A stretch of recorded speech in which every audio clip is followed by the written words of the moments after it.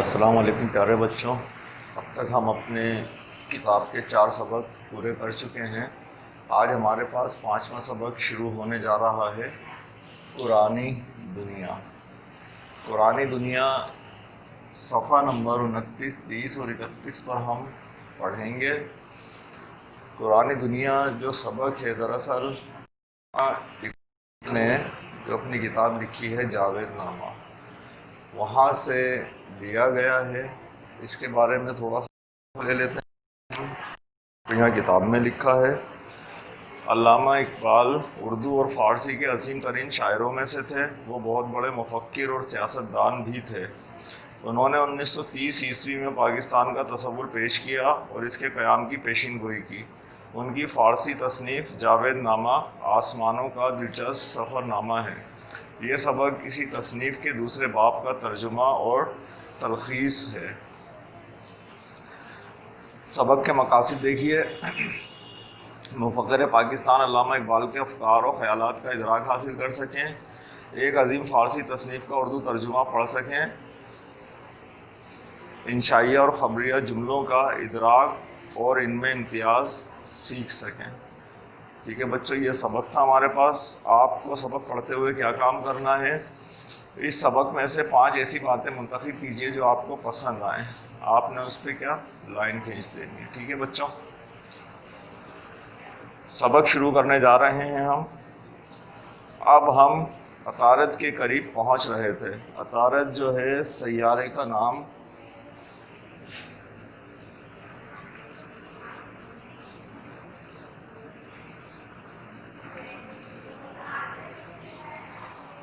یہ ایک چھوٹا سا سیارہ تھا جو بادل سے پیدا ہوا تھا۔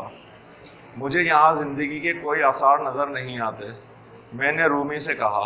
پھر یہ اذان کی آواز کہاں سے آ رہی ہے؟ رومی نے بتایا کہ یہ پاک روحوں کا مقام ہے۔ ماضی کے اولیاء اور بزرگ یہاں رہتے ہیں، جیسے فضیل، ابو سعید، جنید اور بایزید۔ پھر انہوں نے مجھ سے کہا کہ ہمیں جلدی چلنا چاہیے تاکہ ہمیں اس وقت کی نماز میں شامل ہونے کا موقع مل جائے۔ ہم دونوں تیزی سے آگے بڑھے اور دیکھا کہ ایک ترک ایک افغان امام کے پیچھے نماز پڑھ رہا تھا۔ رومی نے جیسے ہی انہیں دیکھا چہرہ چمکنے لگا۔ موجودہ دور نے ان 2 اشخاص سے بہتر انسان پیدا نہیں کیے۔ انہوں نے مجھ سے کہا، عظیم مبلغ جمال الدین افغانی اور ترک مجاہد اور مصلح سعید حلیم پاشا، ایسے لوگوں کے ساتھ نماز ادا کرنا صحیح معنوں میں عبادت ہے۔ یہاں 2 نام آئے، دونوں کا تعارف میں آپ کو پیش کر دوں۔ جمال الدین افغانی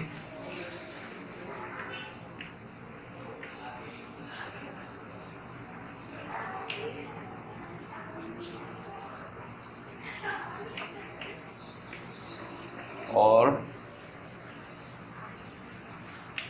سعید حلیم پاشا۔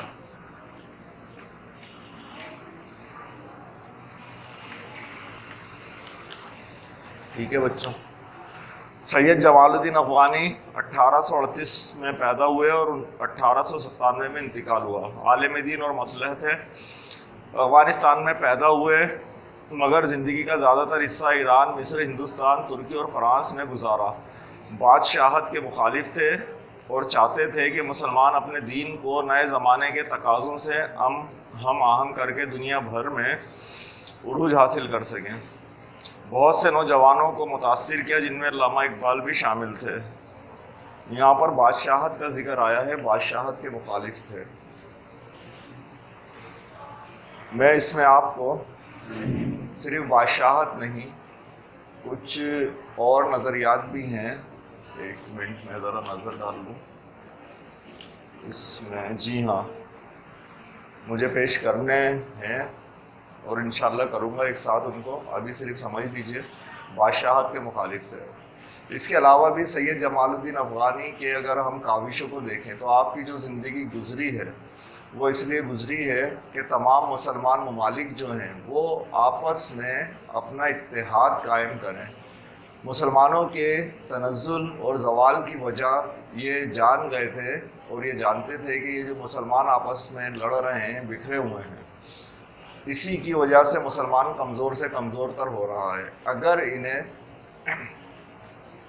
طاقت حاصل کرنی ہے، اپنی کمزوریوں کو دور کرنا ہے، تو متحد ہو کر رہنا پڑے گا۔ تو آپ کی زندگی کا بیشتر حصہ مسلمانوں کو متحد کرنے میں گزرا ہے۔ اچھا، متحد ہو کر طاقت حاصل کرنا، اس سے مراد یہ ہرگز نہیں ہے کہ آپ کسی دوسرے کو دبانا چاہ رہے ہیں، بلکہ آپ خود اپنے کام کرنے کے لیے، اپنے آپ کو پاورفل کرنے کے لیے جو طاقت حاصل کرتے ہیں، بالکل ویسے ہی جیسے آپ غذا لیتے ہیں اور اپنے اندر توانائی پیدا کرتے ہیں کیونکہ آپ اپنے کام کر سکیں، خود کر سکیں، کسی دوسرے کے محتاج نہ ہوں۔ یہ طاقت حاصل کرنا، اس قسم کی طاقت مسلمان بھی حاصل کر سکیں کہ کسی دوسرے کے محتاج نہ ہوں، اس لیے متحد ہوں۔ اس میں آپ کی زندگی کا بیشتر حصہ گزرا ہے۔ اور سید حلیم پاشا 1863 میں پیدا ہوئے اور 1921 میں آپ کا انتقال ہوا۔ ترکی کے ایک سیاستدان اور مصلح تھے۔ سید جمال الدین افغانی کی تعلیمات سے متاثر تھے۔ 1913 سے 1916 عیسوی تک خلافت عثمانیہ کے وزیر اعظم رہے۔ انگریزوں کے حکم پر خلیفہ نے انہیں جلا وطن کر دیا۔ سکلیہ میں ارمنی دہشت گردوں کے ہاتھوں شہید ہوئے۔ ٹھیک ہے، یہ ان دو ہستیوں کا تعارف آ گیا جن کے بارے میں یہاں لکھا تھا۔ یہ موجودہ دور، یہ دراصل اگر آپ سن ولادت اور سن وفات اٹھا کر دیکھیں دونوں کے اور علامہ اقبال کے بھی، تو علامہ اقبال 1877 میں پیدا ہوئے، 1938 میں ان کا انتقال ہوا۔ یہ ایک ہی دور کے لوگ تھے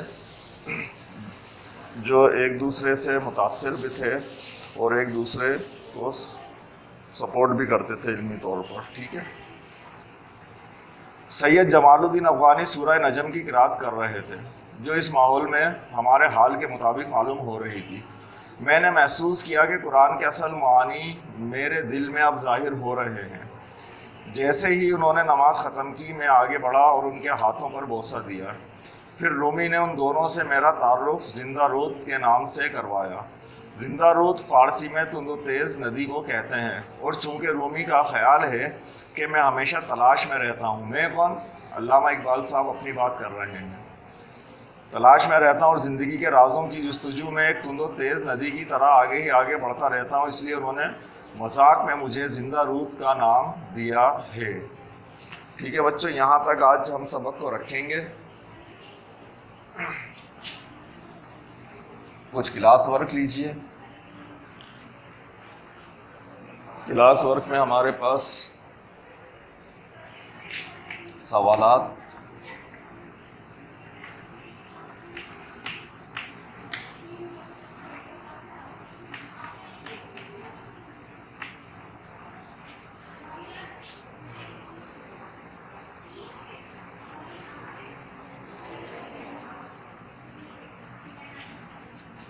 سوال ہے، اس سبق میں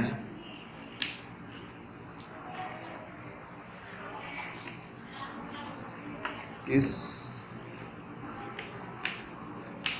سیارے کا ذکر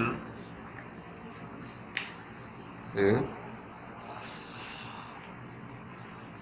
اور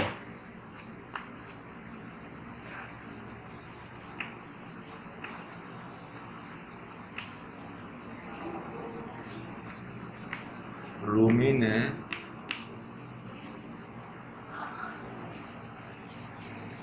اس کے متعلق علامہ اقبال صاحب کو کیا بتایا؟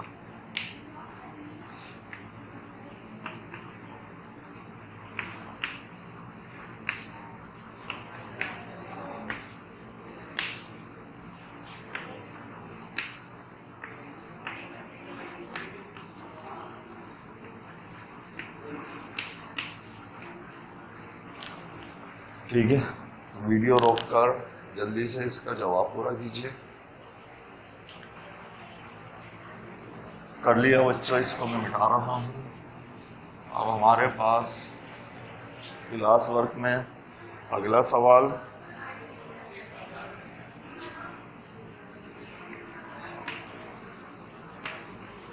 سبق میں ایک ترک ایک افغان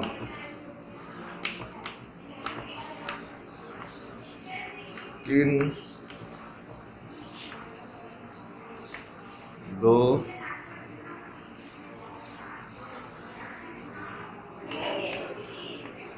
ہستیوں کو کہا گیا ہے؟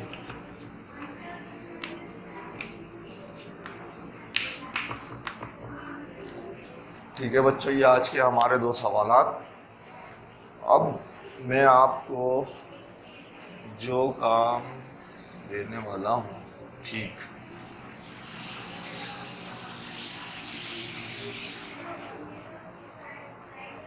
ہم پڑھیں گے کلاس ورک میں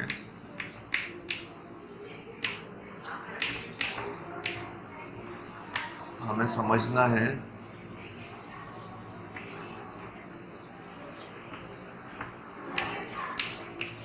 جملہ خبریہ اور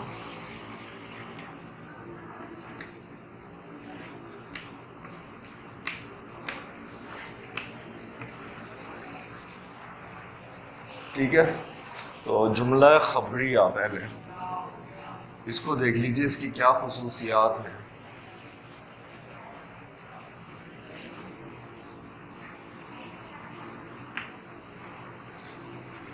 میں نے کھانا کھا لیا، ٹھیک ہے، یہ خبر ہے۔ اس خبر کے جھوٹا اور سچا ہونے دونوں کے امکانات ہیں۔ کیا پتا میں نے کھانا کھا لیا ہے یا کیا پتا میں نے کھانا نہیں کھایا، ٹھیک ہے۔ اس نے کام مکمل کر لیا، یہ بھی ایک خبر ہے، لیکن پتہ نہیں یہ خبر سچ ہے یا جھوٹ ہے۔ اس نے کام مکمل کر لیا، ہو سکتا ہے مکمل کر لیا، اگر مکمل کر لیا تو یہ خبر سچی ہے، اور اگر مکمل نہیں کیا تو یہ خبر کیا ہے؟ جھوٹی ہے۔ تو وہ جملے یا وہ خبر جس کے سچا اور جھوٹا ہونے کا احتمال موجود ہو، اس کو آپ جملہ خبریہ کہتے ہیں، ٹھیک ہے۔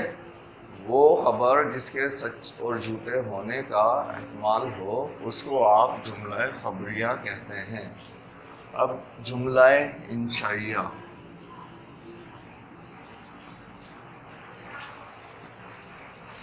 جملہ انشائیہ جیسے کہ تم یہاں آؤ، اب یہ بات بولی جا رہی ہے، ٹھیک ہے، اس کے سچ اور جھوٹ ہونے کا کوئی امکان نہیں ہے، بلکہ یہ ایک بات ہے۔ اس ایسے جملے کو جس کے سچ اور جھوٹ ہونے کا امکان نہ ہو، اسے ہم کیا بولتے ہیں؟ اس کو جملہ انشائیہ، اور ورنہ ہمارا کیا ہوتا ہے؟ جملہ خبریہ۔ اور کچھ جملے ایسے ہوتے ہیں جس میں بات پوری نہیں ہوئی ہوتی، اسے نامکمل جملہ آپ کہہ لیتے ہیں، جیسے شاعری میں اکثر ہوتا ہے ہمارے پاس، ٹھیک ہے۔ یہاں تک تو ہمارے پاس تھا سمجھنے کا کام۔ اب ہم ہوم ورک لیں گے، ہم صفحہ نمبر 31 ہونا چاہیے، ٹھیک ہے۔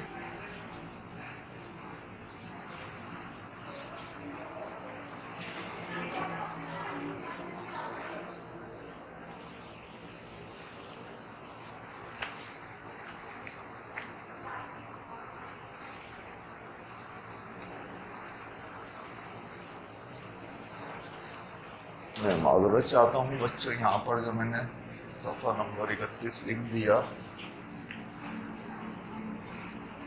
صفحہ نمبر 34 ہے، ٹھیک ہے۔ اصل میں نے جب ہوم ورک آپ لوگوں کے لیے نکالا تھا صفحہ نمبر 31 تھا، لیکن جب میں نے اس کو اسٹڈی کیا تو معلوم ہوا وہ کام ابھی ہم نے کیا نہیں یہاں تک پڑھنے میں، ٹھیک ہے بچوں۔ تو اب ہم صفحہ نمبر 34 کا کام کر رہے ہیں۔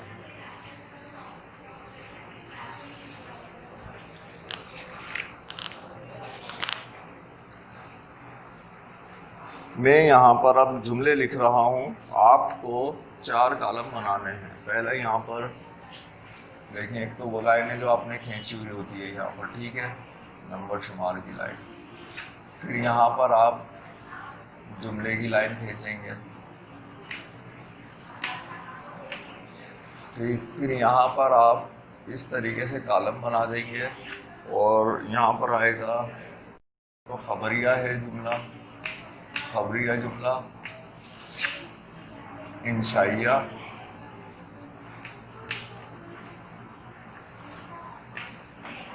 ٹھیک ہے، اور یا پھر نامکمل.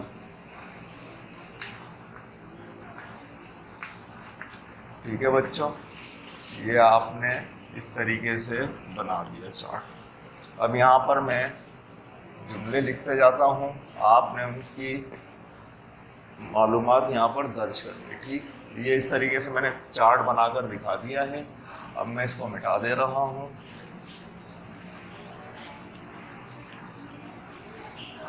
ویسے آپ کے پاس اس کی پکچر موجود ہے، آپ اسے دیکھ کر بھی بنا سکتے ہیں. اب میں صرف جملے لکھوں گا، آپ نے ان جملوں کے آگے اس کی معلومات درج کرتے ہوئے جانا ہے. وہ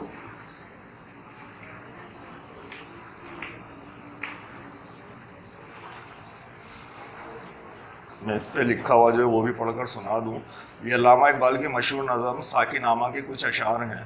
ہر مصرعے کے سامنے مناسب کالم میں نشان صحیح لگا کر ظاہر کیجیے وہ خبریہ ہے، انشائیہ ہے یا نامکمل. تو وہی آپ اس میں کیا کریں گے، ٹک کر دیں گے. ٹھیک ہے، وہ جو ہے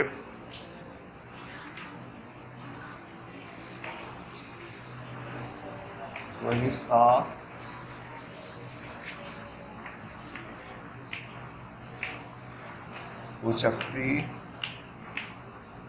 ہوئی. ٹھیک ہے، یہ ایک جملہ ہو گیا.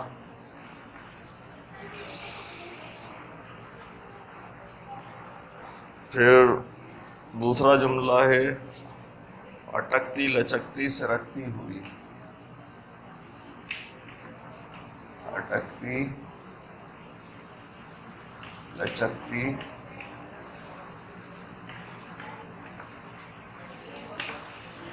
سرکتی ہوئی. تیسرا جملہ ہے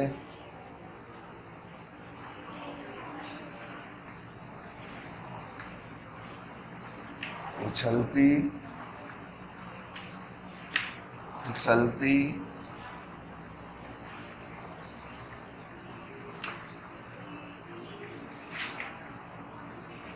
سنبھلتی ہوئی.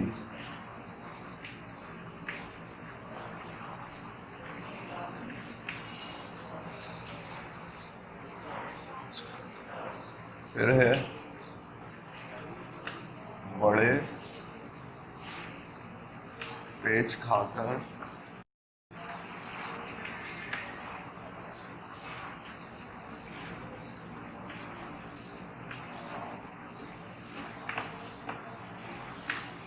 نکلتی ہوئی.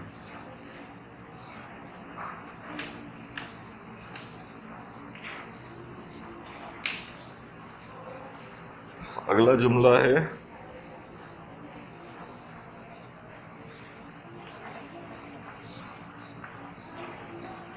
رکے جب تو سل چیڑ دیتی ہے. یہ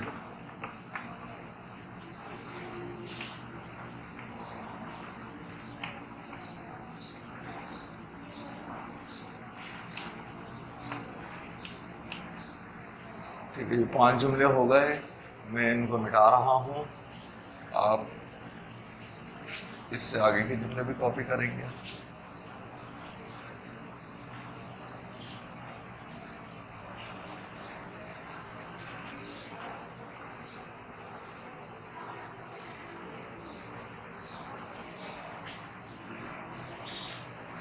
نمبر 6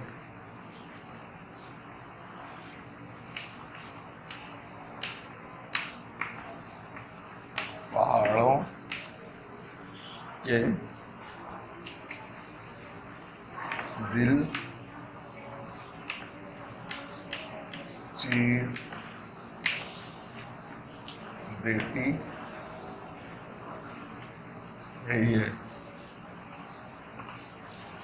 7واں جملہ ہے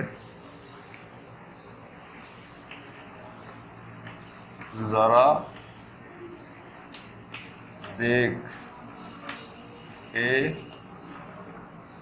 ساکی لالائے فام.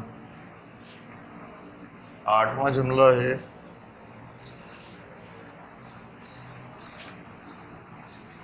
سناتی ہے یہ زندگی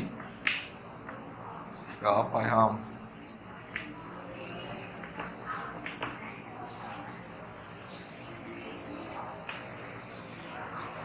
نمبر 9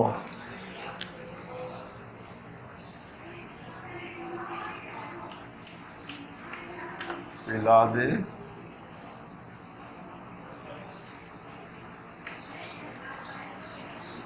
مجھے وہ میں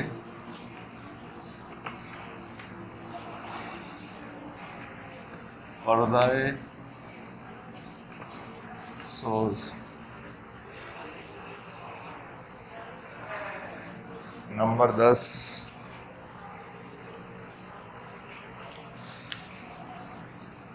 کہ آتی نہیں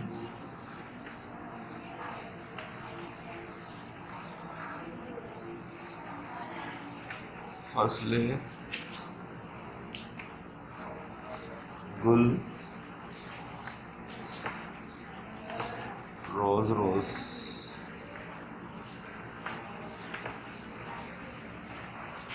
یہ کاپی ہوگا یہاں تک.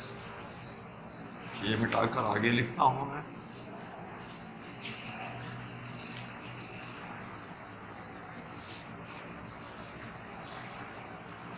یہ پتہ ہے نا ہمارا ہوم ورک میں کام چل رہا ہے.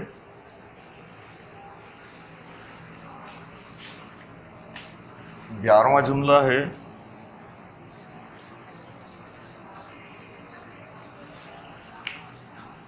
وہ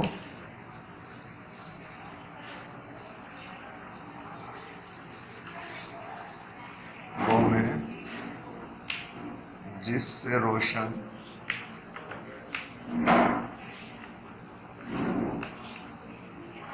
ضمیر حیات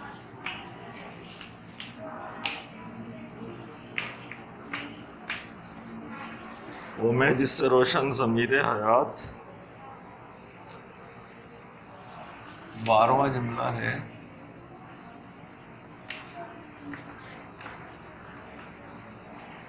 وہ میں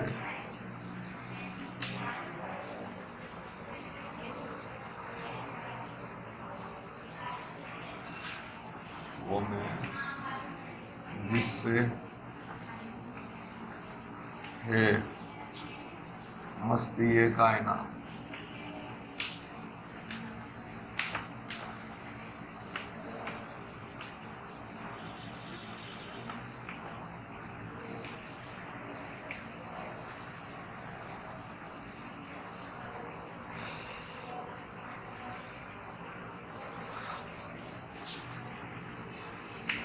وہ میں 13واں جملہ ہے وہ میں جس میں ہے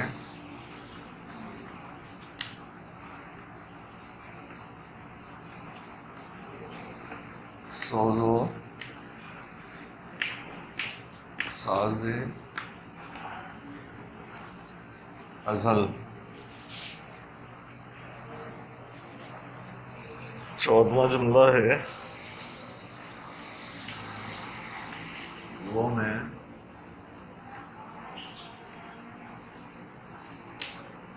جس سے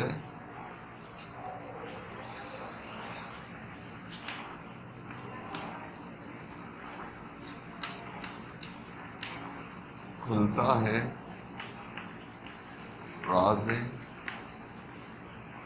ازل.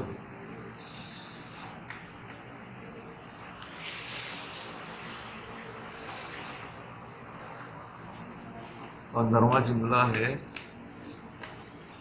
اٹھا ساکیہ پردہ اس راز سے. اور 16واں اور آخری جملہ ہے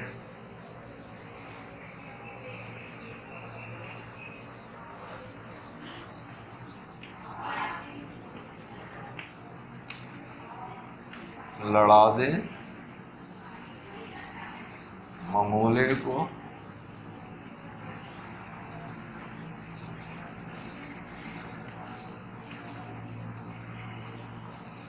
شہباز سے.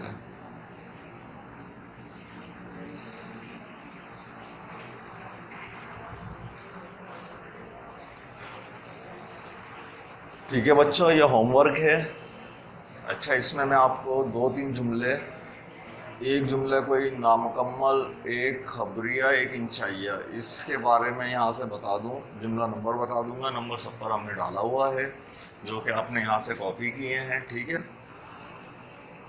دیکھیں پہلا جو جملہ وہ جو ہے کوہستہ اچکتی ہوئی. یہ جو جملہ ہے ابھی نامکمل ہے، اس میں آگے بات بولی جا رہی ہے. ٹھیک ہے، تو اس میں نامکمل والے میں یس کا نشان لگا دیں گے. اور پھر ہے رکے جب تو سل چیر دیتی ہے یہ. اب یہ جو جملہ ہے یہ بات جھوٹی بھی ہو سکتی ہے اور سچی بھی. تو یہ کون سا ہے؟ جملہ ہے خبریہ ہے. پھر نواں جو ہے، نواں دیکھیے، پلا دے مجھے وہ مائے پردہ سوز. اس میں کوئی بات بولی جا رہی ہے، پلا دے کرنے کا بولا. اب اس میں سچ اور جھوٹ کا سوال ہی نہیں ہوتا. ٹھیک ہے، تو یہ والا جو ہمارا جملہ ہے یہ جملہ انشائیہ ہے. 16 میں سے 3 جملے میں نے کر دیے ہیں. اب 13 جملے آپ کو صرف کیا کرنا ہے؟ یس اور نو کرنا. ٹھیک بچوں، یہ ہمارا آج کا ہوم ورک تھا. انشاءاللہ اگلے لیکچر کے ساتھ ملاقات ہوتی ہے. اللہ حافظ.